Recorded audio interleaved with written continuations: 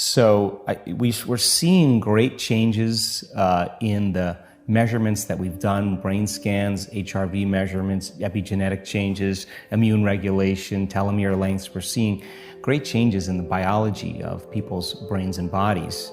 And the evidence shows us that it's actually possible to do it. And at the same time, we're seeing a lot of great testimony, people telling their stories of healing from leukemia or stage 4 cancer, tumors disappearing, or Parkinson's disease going into remission. We're seeing the evidence in testimony.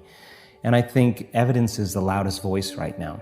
When you start seeing this kind of global chaos that's going on, chaos to me is unpredictable order.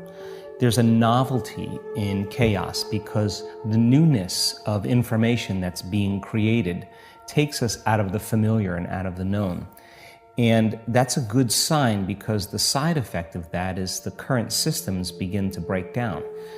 And so, yes, there is this kind of disorderliness that's taking place globally, whether it's the environment, whether it's politics, whether it's economics, whether it's religion, education, journalism, the medical model. It's all kind of coming apart. And there has to be something new that has to replace it. So as certain things begin to break down, we have to make a choice to how to create order out of that disorder. And we can't respond to those conditions with anger. We can't respond to those conditions with hatred or fear, because that's the very consciousness that's driving it in the first place. So we're seeing this kind of extreme reality where there's a polarization between both worlds. And I think it's healthy. And so the optimism that I have is that if you teach people then how to be able to become more self-dependent and teach them that they have the resources to heal their body or to create opportunities in their lives, they can begin to take the energy of that disorderliness, and by creating more coherence and brain coherence and heart coherence in the midst of when everything else is collapsing, I think then you'll begin to see changes, that people will begin to execute and create something greater. So I'm hopeful that everything that we're doing, in the world is giving people the tools. It's giving them tools to begin to apply to their lives. So the only way that change is going to take place is if you see the evidence of the collapse right in front of you. I think the challenge is that people have to wake up. And the question is, how uncomfortable do you have to become before you make up your mind to change something? And I'm not just talking about individuals. I'm talking about the living organism of the species of human beings. And so with information comes knowledge. And when you learn new information, you become aware of what you were unaware of. And awareness is consciousness, and consciousness is commingled with a change in energy. So there's this kind of energetic change going on in the planet, and we have to learn how to use that energy and to harness it and reorganize it. In fact, I believe that that energy is endorsing who you're being. So then, whatever your belief is, whether you're believing it's the end of the Mayan calendar and the beginning of a new house, or there's changes going on in the solar flares, or whatever your belief is, that energy that's taking place right now can be used to endorse. If you're fearful, you're going to experience more fear or more anxiety. If you're using that energy and learning how to create order out of it, it's going to endorse some greater outcome for you, whether it's health or wealth or whatever you're after in your life. So the polarity or the extremity that's being created, I think, is necessary for something greater to happen. And as I've said in the past, you don't try to fix this. We just figure out a way to create something better. And when you create something better, everybody leaves this and naturally goes here. It's just antiquated. So we got to get really sharp and see through the illusion of what's taking place. And I just don't want to wait till it gets so uncomfortable that it's too late to begin to act. And that's kind of what drives me more than anything else. And I travel around the world, and whatever place or country or city that I'm in, there's a general sense of goodness with people. I think people are wired to care for one another, to take care of one another, to inform one another, to support one another, to heal one another, to give to one another. I think we're wired that way.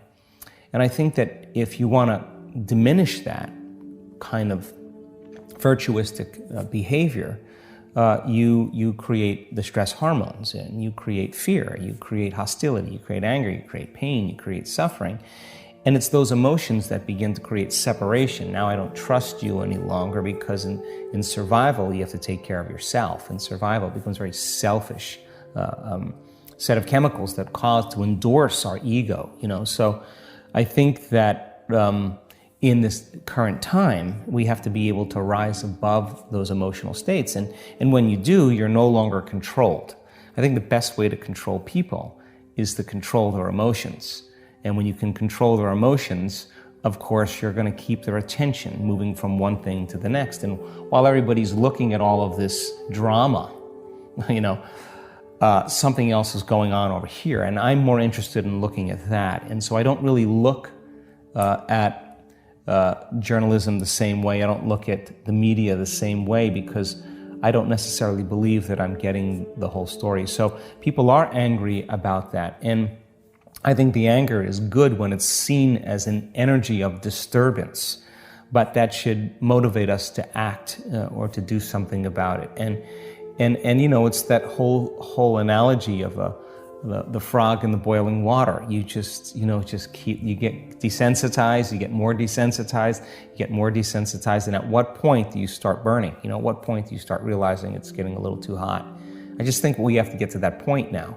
So by creating something for people to utilize, that you're not relying on so many things outside of you to bring you joy, or this kind of subconscious program of being a victim. You say, Brian, why are you so upset today? Well, I'm upset because of this person or this thing. What that really means is that some person or some condition in your environment is controlling the way you're feeling and the way you're thinking. Well, if something is outside of you is controlling the way you feel and the way you think, you're a victim to your environment. And so then there is this dramatic polarity that goes on. When things are going well, you're happy. When things aren't going well, you're sad. But when you learn how to self-regulate and create more coherence in your brain and heart, and that's what our message is, then you're no longer dependent on your outer world controlling your mood.